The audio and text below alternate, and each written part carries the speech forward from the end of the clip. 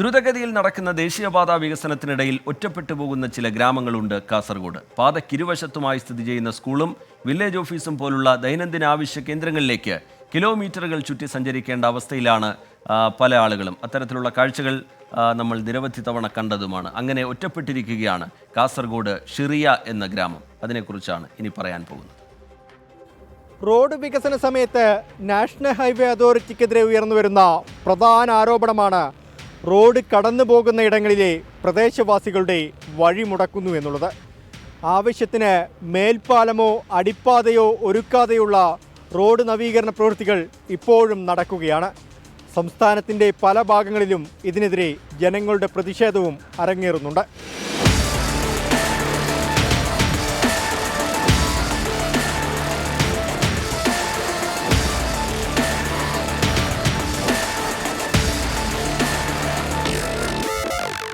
ദേശീയപാതയിലെ നിർമ്മാണ പ്രവർത്തനങ്ങൾ വേഗത്തിൽ നടക്കുന്നുണ്ട്. പാത പൂർണ്ണമായും തുറന്നു കൊടുക്കുന്നതോടെ ഷിറിയ ഗ്രാമം ഒറ്റപ്പെടും. സ്കൂളും മദ്രസയും അംഗൻവാടിയുമൊക്കെ ദേശീയപാതയുടെ മറുകരയിലാണ്. മംഗലാപുരത്ത് നിന്ന് കാസർഗോഡ് ഭാഗത്തേക്ക് അതിവേഗതയിലാണ് ഈ പാതയിലൂടെയുള്ള വാഹനങ്ങളുടെ വരവ്. സ്കൂൾ സമയങ്ങളിൽ ദേശീയപാത മുറിച്ചു കടക്കാനുള്ള കുട്ടികളുടെ തിരക്കേറും. ശ്രദ്ധയൊന്ന് പാളിയാൽ അപകടം പതിയിരിപ്പുണ്ട്. പ്രാദേശികമായി സിറിയ എന്ന് പറയുന്ന നാടുണ്ട്. അതിനെ രണ്ടായിട്ട് വിഭജിച്ചിട്ട് അവിടുത്തെ പാവങ്ങൾക്ക് വന്ന് പഠിക്കാനുള്ള സൗകര്യം ഇല്ല. അതിനെപ്പറ്റി അവർ പറയുമ്പോൾ ചിന്തിക്കുന്നുമില്ല. 1.5 കൊല്ലം മുമ്പ് നിവേദനങ്ങൾ കൊടുത്തുകൊണ്ട് വന്നിട്ടുണ്ട്. അവസാനം ഇപ്പോൾ മനസ്സിലായി ഇവിടേക്ക് മേൽപ്പാലം ഇല്ല. മനസ്സിലായപ്പോൾ ഇത് സമരങ്ങൾ മുന്നോട്ട് കൊണ്ടുപോകാനും കിട്ടുന്നത് വരെ ഏതെല്ലാം നിലയിലാണ് സമരം നിയമപരമായിട്ടും എല്ലാ നിലക്കും ഞങ്ങൾ അതിനെ ചെയ്യാൻ വേണ്ടി നാട്ടുകാർ ഒത്തൊരുമയിൽ ഇറങ്ങിയിട്ടുണ്ട്. ഭൂമിശാസ്ത്രപരമായി ഇവിടെ അടിപ്പാത നിർമ്മിക്കാൻ നിർവാഹമില്ല. റെയിൽപാളത്തിനും ദേശീയപാതയ്ക്കും മുകളിലൂടെ മേൽപ്പാലം ഒരുക്കുക എന്നതാണ് ഏക പോംവഴി. റെയിൽവേ പാലത്തിന് മുകളിലൂടെയുള്ള മേൽപ്പാലത്തിന് റെയിൽവേയുടെ അംഗീകാരം ലഭിച്ചെങ്കിലും ദേശീയപാത അതോറിറ്റി കൂടി ഇനി കനിയേണ്ടതുണ്ട്. 2000ഓളം കുട്ടികൾ പഠിക്കുന്നുണ്ട്. ഗവൺമെൻറ് സ്കൂളിൽ തന്നെ 1000ഓളം കുട്ടികളും പിന്നെ അതിൻ്റെ അധ്യാപകരൊക്കെ ഇവിടെ ബസ്സിൽ യാത്ര ചെയ്തു വരുന്ന ആളുകളൊക്കെയാണ്. അവർക്കൊക്കെ സൗകര്യം മാനിച്ചുകൊണ്ട് തന്നെ ഏതായാലും ഇവിടെ ഒരു ഓവർ പാസ് എന്തായാലും നിർബന്ധമായി ഉണ്ടാവണം. ജനപ്രതിനിധികൾ അതിനുവേണ്ടി ഒന്ന് കണ്ണ് തുറക്കണമെന്നും ഈ സമയത്ത് ഓർമ്മപ്പെടുത്താൻ. മംഗൾപാടി പഞ്ചായത്തിലെ 14-15 വാർഡുകൾ ഉൾപ്പെടുന്നതാണ് ഷിറിയ വില്ലേജ്. 1000-ലധികം കുടുംബങ്ങൾ ഇവിടെ താമസിക്കുന്നുണ്ട്. ജനപ്രതിനിധികളുടെ കെടുകാര്യസ്ഥത മൂലമുണ്ടായ പ്രശ്നം ചൂണ്ടിക്കാട്ടി സമരത്തിനൊരുങ്ങുകയാണ് പ്രദേശവാസികൾ.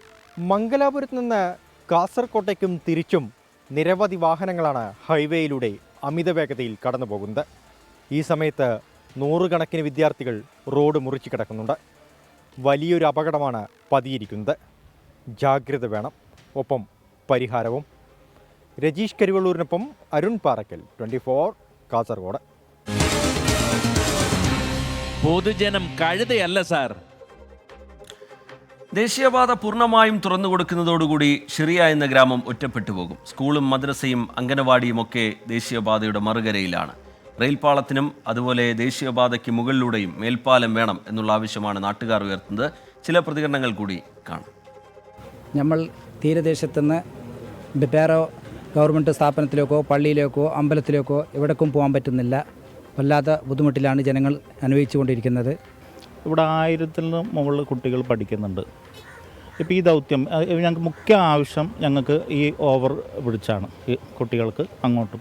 കാരണം 2 വർഷത്തോളമായി ഇതിൻ്റെ പിന്നാലെ ഈ സംഘടന അല്ലെങ്കിൽ ഈ സിറിയ ഗ്രാമ വികസന സമിതി എല്ലാ ജനപ്രതിനിധികൾക്കും ഞങ്ങൾ ഇത് കൊടുത്തിട്ടുണ്ട്. ഇതിനായിട്ടുള്ള നിവേദനം കൊടുത്തിട്ടുണ്ട്.